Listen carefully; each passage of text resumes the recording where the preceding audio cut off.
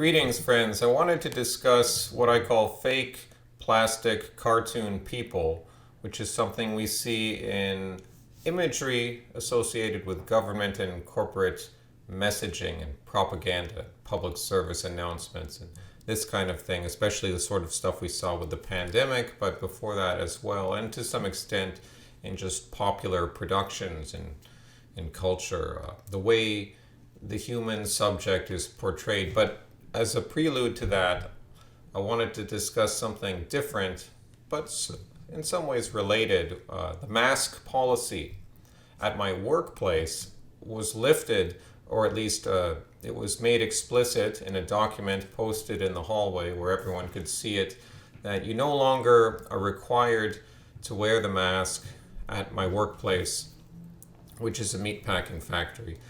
You no longer have to wear it after March 21st, 2022, so that date has passed, and I haven't been wearing the mask since that time. I mean, before that I wore it below my nose, because I still have to wear it, but it's nice that you don't have to wear it at all. But out of more than 30 people that I might be around at any given time, most of them are still wearing the mask. And I've asked them, why are you still, like, why? Well, it's, you can't always ask them, you can't just interrogate someone with that question. It's not always appropriate. I mean, people might be doing it for different reasons, but it is something I wonder about. And I have made comments here and there, do you know? Are you aware of this? Like I was telling the Mexicans that I work with, because there's a number of Mexicans there, I was telling them, like, hey, have you seen this notice? I was explaining clearly.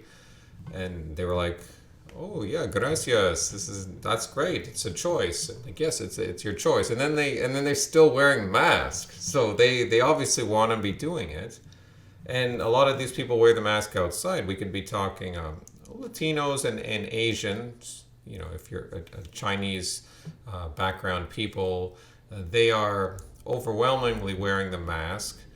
When it comes to Jamaicans or other black peoples, some of them aren't wearing the mask, but most of them still are. I don't even get it, because there was this one Jamaican guy, and he was saying the mask is so stupid, and he was not wearing the mask. This was even before they lifted the requirement.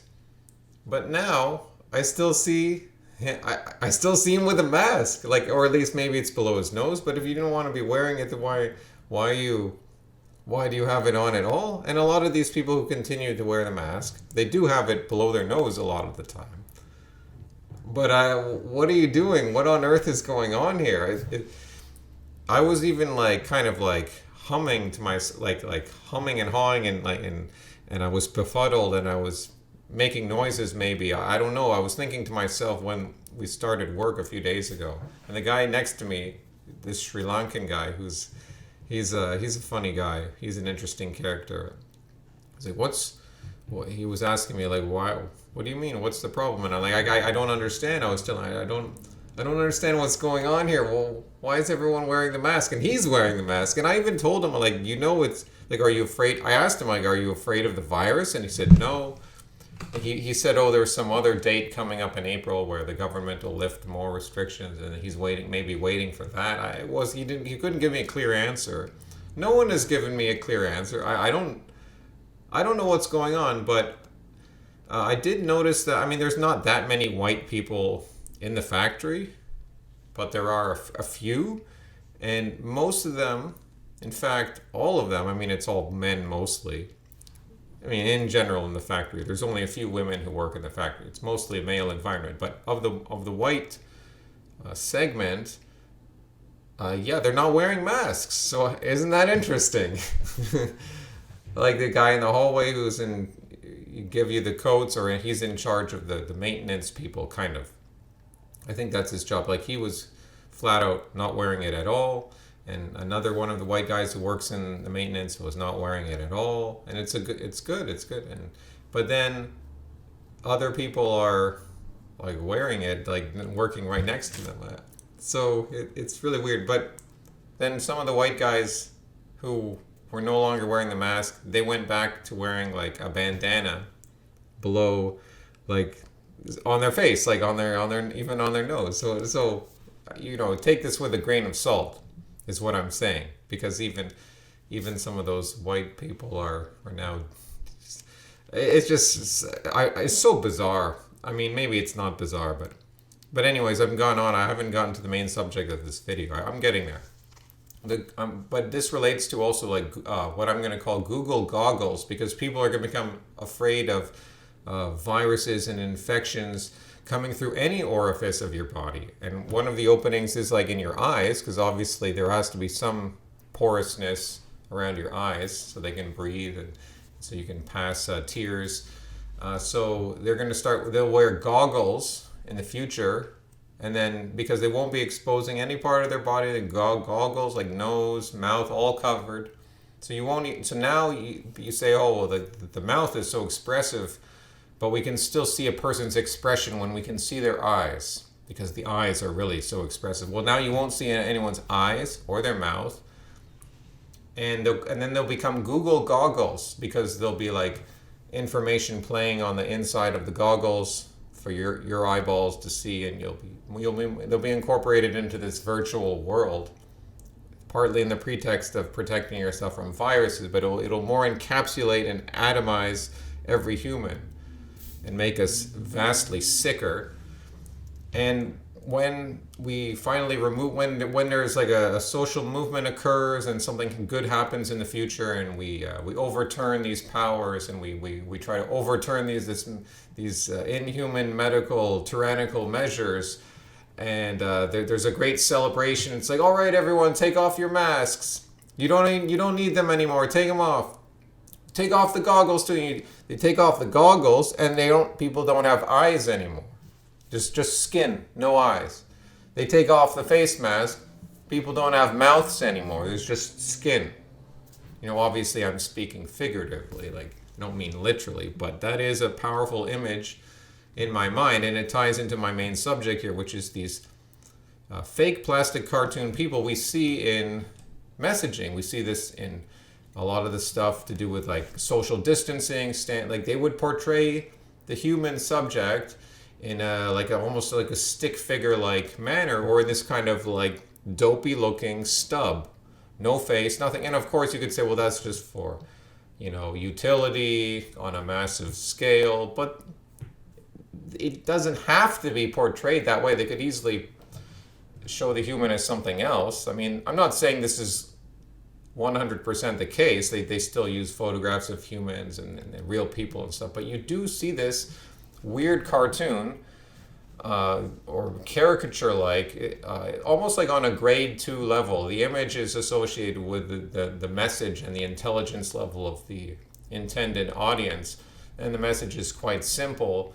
I mean, apart from whatever the explicit message is, but the implicit message is be safe, be dumb, be harmless. Don't ever be anything that isn't planted and stubby. Be like kind of a useless cactus, a cactus which isn't even prickly. Be a mindless, faceless drone. Be a Care Bear or something like that.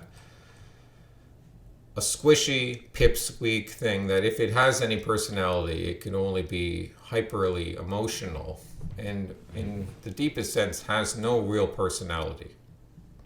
And this tied into what I've came up with as kind of like a scenario for a movie, or maybe just a short story that isn't pieced together yet, but I'll conclude the video with this, which does tie into this caricature of the human being that we seem to be being subjected to in propaganda for some years now. So let's say in our recent times, I say you, I mean it doesn't have to be you, but I chose that subject for evocative purposes here. So you are at your dad's home. He's retired. He watches the TV.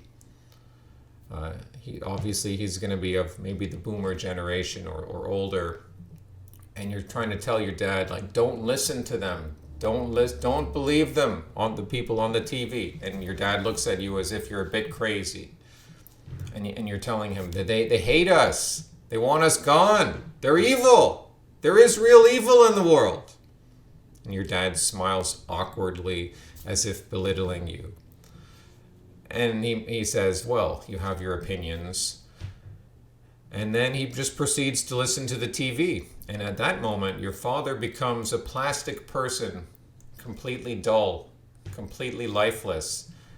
And then the way they're filming it in this movie, it's like it pans out, like looking down on you, and you just start screaming like ah, ah, dad, ah, and you're just screaming, and it pans out because this is akin to being with someone that you knew, that was a loved one, and they're gone, they're dead, effectively, if not literally.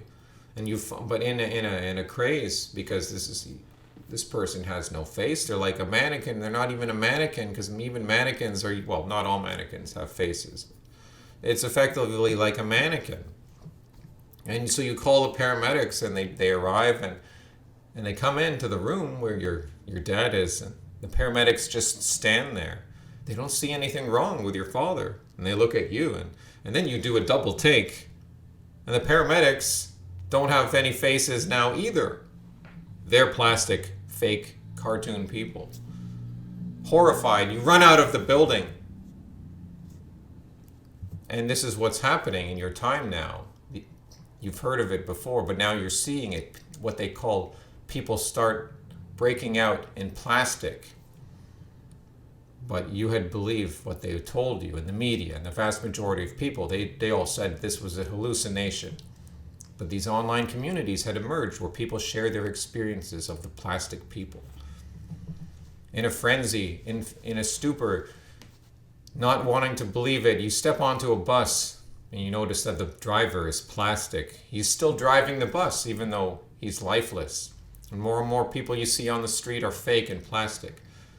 I really need to talk to someone about this, you say to yourself. You phone up a good old pal.